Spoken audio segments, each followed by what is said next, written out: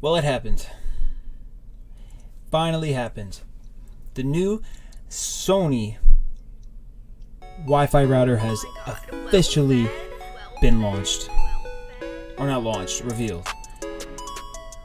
We're going to make a video about it. So at first I want to address the design, right? It is clearly a futuristic, attempting looking machine.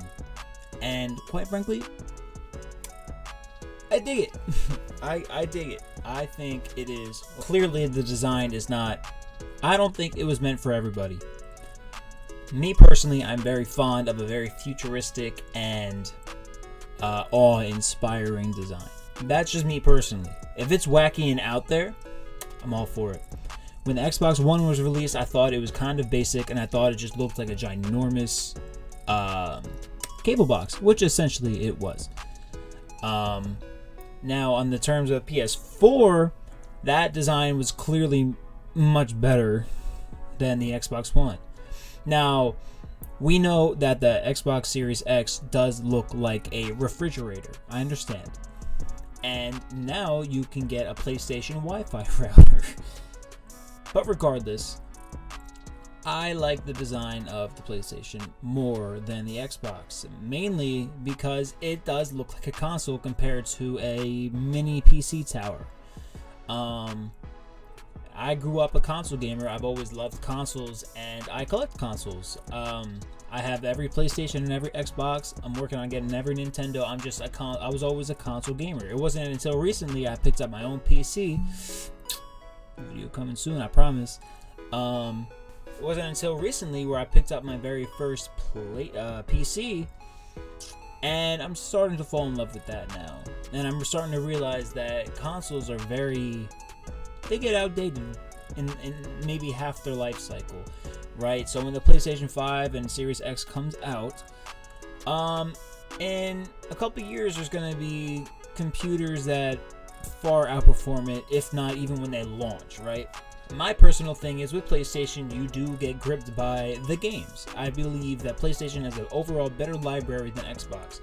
And coming with this new PlayStation, right off the bat, when they started the trailer, that new Spider-Man game looked, amazing.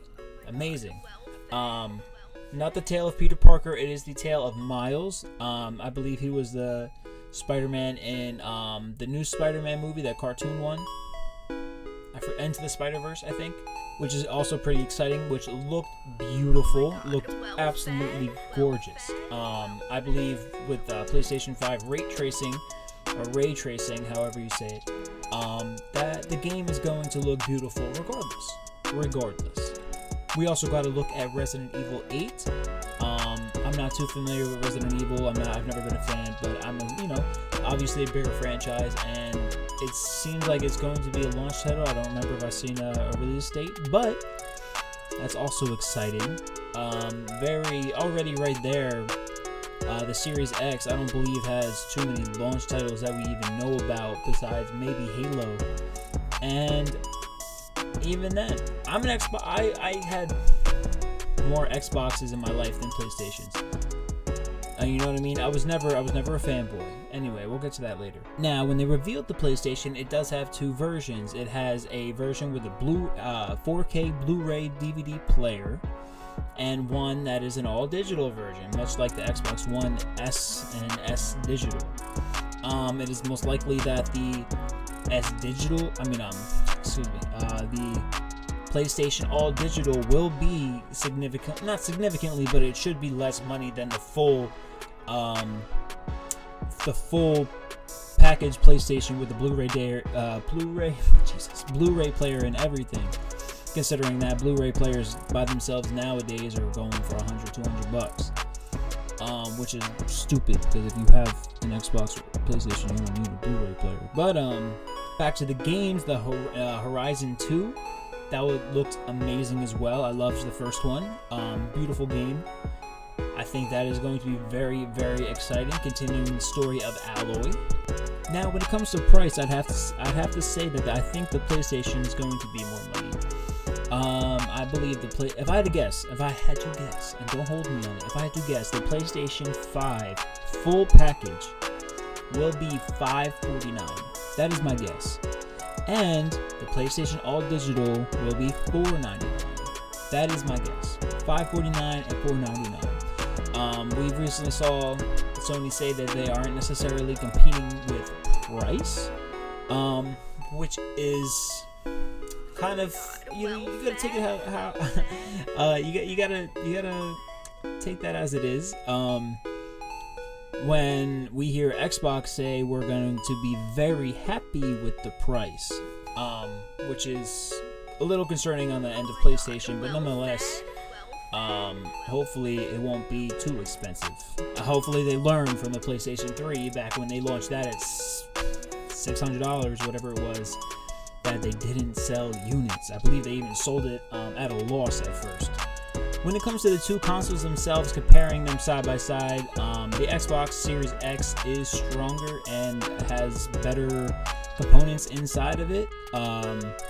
Granted, it is a little bit bigger than the PlayStation 5, but the Series X does come out of the gate stronger, which was the other way around last generation. I believe the PlayStation 4, the original PlayStation 4 and Xbox One, the PlayStation was stronger.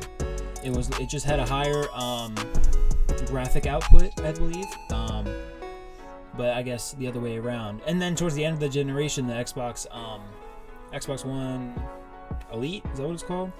The $500 one that rebranded itself. That is currently the most strongest console. But right out the gate, Xbox is coming swinging a lot stronger. Not a lot, subtle differences, but it is stronger. Now, when it comes to which one I will buy, I will have to say that I am non-biased. My first console ever was a PlayStation 2. Then I got a 360. Then I got a PlayStation 4. And then I got an Xbox One. And then over time, I just acquired all of them. I just started collecting. I would show you guys, but they're all on top of my desk. But I am a collector. I have them all. So generally down the line, I will have the PlayStation 5 and Series X. But on the strength of me spending more than $1,000 on two consoles, the first one I will get will probably be the PlayStation 5. Mainly because Xbox is not having any Xbox Series X related games, exclusive related games, for another year after its release. So any game you're playing on your Xbox One now, you'll be able to play on the Series X, which is a great thing. But at the same time, I don't feel like spending $500 on a console that plays games that I could already play. So I will be waiting until maybe a little bit after the Series X comes out to get it, but I believe I will be getting the PlayStation first. If I can't get both of them, that's going to be the goal.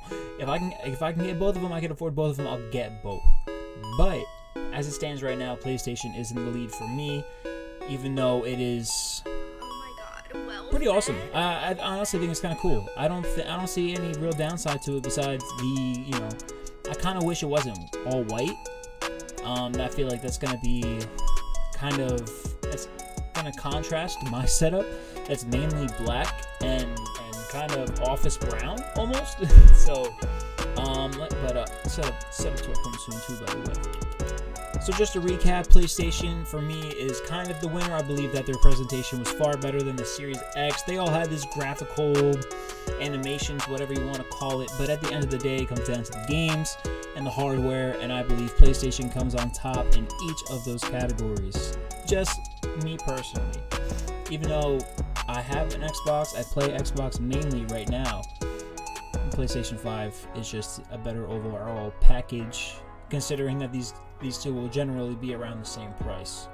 So that is it for me, guys. I hope you enjoyed. Leave a comment down below which console you will be getting. I hope you appreciated the business shirt. We just went straight to business today. That's what we do. Okay, I honestly like making videos like this. I'm pretty into the tech world. I stay up to date. So hopefully if this gets a good amount of views, I will do more updates in the future like this. So leave a like, comment, subscribe, all that jazz. I will see you guys in the next one. Peace.